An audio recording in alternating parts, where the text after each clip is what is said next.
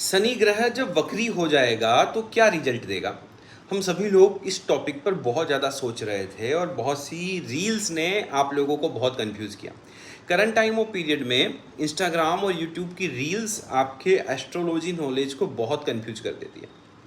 2 महीना 3 महीना या यूट्यूब से ही सीख कर आए हुए ज्योतिष भी कुछ रटी रटाई लाइनों को देने लग जाते हैं और आपके मन में एक अनवांटेड फियर पैदा करने लग जाते हैं।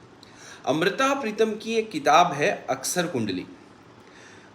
उसमें बहुत ही अच्छे से उन्होंने एक्सप्लेन किया है कि वक्री क्या है।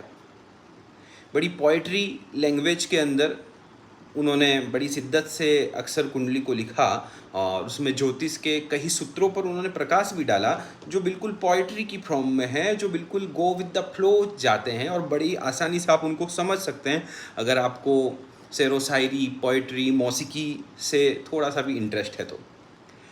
वहाँ पर वक्री का एक अर्थ कहा गया जो करंट सिनेरियो में समझने के लिए बहुत इजी है।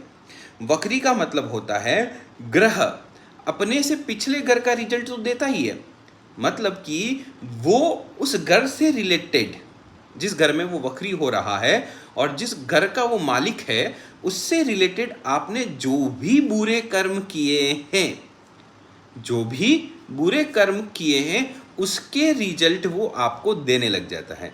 इसलिए कहते हैं कि ये ग्रह वक्री हो गया। शनि वक्री होते हैं, गुरु वक्री होते हैं, राहु केतु हमेशा वक्री ही रहते हैं। गुरु का वक्री हो जाने से उसके उच्च का प्रभाव भी कई हद तक समाप्त हो जाता है।